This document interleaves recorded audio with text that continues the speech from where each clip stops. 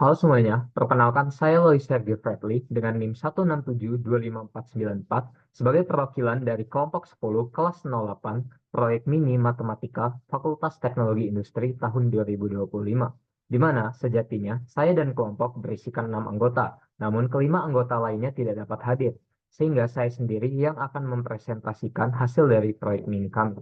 Di mana proyek mini ini sendiri bertujuan untuk menentukan volume botol brand sampo ataupun sabun dengan menggunakan konsep integral, di mana botol yang dipilih harus memiliki penampang sejajar yang beraturan dan tidak boleh memiliki penampang lingkaran dan juga bukan botol dengan bentuk silinder sederhana. Di mana dari hasil itu kami memilih botol brand Lifebuoy yang memiliki berat neto 200 mili sebagai botol yang akan kami ukur volumenya. Di mana botol ini memiliki alas berupa elips dan apabila botol ini dipartisi dengan sumbu yang tegak lurus terhadap ketinggiannya atau dapat dikatakan dipartisi secara horizontal, maka botol ini dapat dipandang sebagai lempengan-lempengan tipis yang memiliki penampang yang selalu sama, yaitu elips pada seluruh ketinggiannya.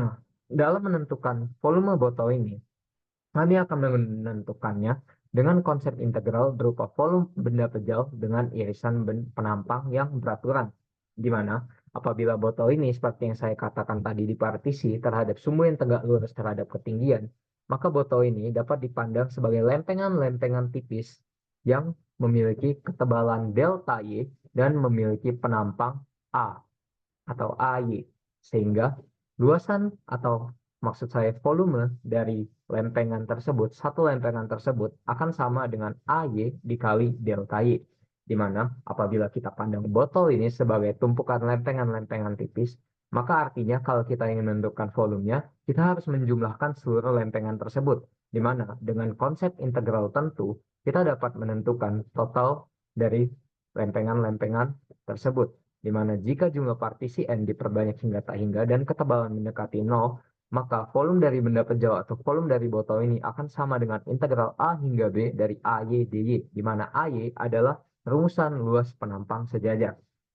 Nah, dalam menentukan rumusan luas penampang sejajar atau AY ini sendiri, kita itu perlu mengetahui bagaimana fungsi yang merepresentasikan bentuk botol. Di mana dapat dilihat kalau bentuk botol ini sendiri itu lebarnya itu dari ketinggian 0 hingga ketinggian 12,5 atau ketinggian maksimum memiliki lebar yang berbeda-beda.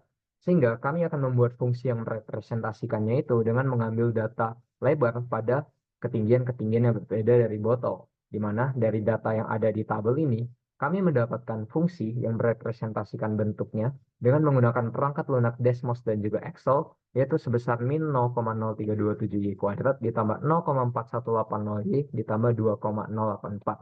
Atau disajikan dalam bentuk grafik, maka bentuk dari botol ini dapat tersaji dengan memasukkan fungsi ini sendiri, di mana dapat terlihat bahwa lebar dari botol ini sendiri itu tuh beragam, jadi tidak selalu sama pada tiap ketinggian.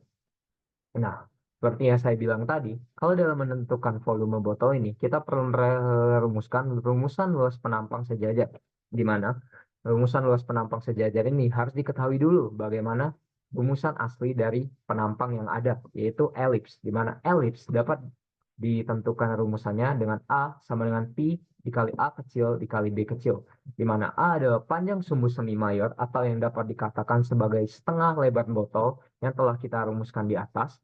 Lalu B kecil adalah panjang sumbu semi minor terkait. Jadi panjang sumbu semi minor ini adalah diameter terkecil dari elipsnya itu sendiri. Nah, dalam menentukan fungsi yang merepresentasikan panjang sumbu semi minor, kami mengukur panjang sumbu semi minor botol pada ketinggian yang berbeda-beda, di mana dari data tabel yang telah kami dapatkan, kami mendapatkan data B atau panjang sumbu semi minor, yaitu sebesar DY, yaitu min 0,0012 Y kuadrat ditambah 0,0185 Y tambah 1,6379. Dan seperti yang telah saya sebutkan di atas, bahwa rumusan penampang elips itu sendiri adalah A sama dengan Pi dikali A kecil dikali B kecil. Sehingga dengan memasukkan fungsi A kecil ini dan fungsi B kecil ini, kita dapat menentukan rumusan luas penampang sejajarnya, yaitu AY sama dengan Pi dikali fungsi A kecil dikali fungsi B kecil yang disajikan pada data berikut. Oke, Selanjutnya, setelah mendapatkan rumusan luas penampang sejajar, kita dapat menentukan volume botol ini dengan perhitungan melalui konsep integral, di mana apabila botol dengan luas penampang beraturan AY dimasukkan cairan hingga ketinggian maksimum, yaitu 12,5 cm, maka volume dari botol ini sendiri dapat diukur dengan konsep integral tentu, yaitu integral 0 sampai H dari A, Y, DY, di mana A, Y sudah didapatkan di atas, dan H adalah ketinggian maksimum, yaitu 12,5 cm.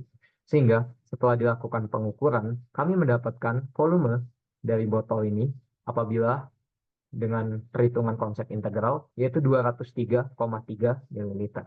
Nah, selanjutnya, kita akan membandingkannya dengan volume botol yang dapat dari hasil pengukuran langsung, di mana metode yang kami gunakan adalah memasukkan air hingga botol ini mencapai ketinggian 12,5 cm dari airnya. Dan setelah itu, kami mengukur volume air dalam botol ini dengan menggunakan gelas pengukuran volume air hingga mendapatkan volume air yang masuk dalam botol ini sebesar 200 ml tepat, di mana hasil itu sesuai dengan neto dari botol ini sendiri, yaitu sebesar 200 ml. Sehingga dengan adanya perbedaan hasil perhitungan dan hasil pengukuran langsung, dapat ditentukan galat atau persentase yang menyatakan perbedaan dari hasil pengukuran dan hasil perhitungan. Di mana galat yang kami dapatkan dari hasil perhitungan galat yaitu sebesar 1,66577%. Sejatinya, nilai ini sebenarnya sangat kecil jika kita bandingkan dengan pengukuran-pengukuran menggunakan metode lainnya selain integral. Namun, dengan adanya galat ini sendiri, dapat dikatakan bahwa ada faktor-faktor yang membuat perbedaan. Tentunya faktor itu akan kita kaji. Di mana faktor-faktor tersebut yang pertama adalah pengabaian ketebalan dinding botol. Di mana sejatinya botol ini sendiri itu terbuat dari bahan berupa plastik. Di mana bahan dari plastik itu sendiri akan memiliki suatu ketebalan yang mengurangi volume botol dari yang seharusnya. Di mana maka dari itu, konsep perhitungan kami yang tidak menerapkan atau mengabaikan ketebalan botol akan membuat volume botol yang dapat dari hasil perhitungan akan lebih tinggi dari volume botol yang diukur secara langsung menggunakan air, karena kami mengabaikan ketebalan botol pada saat perhitungan.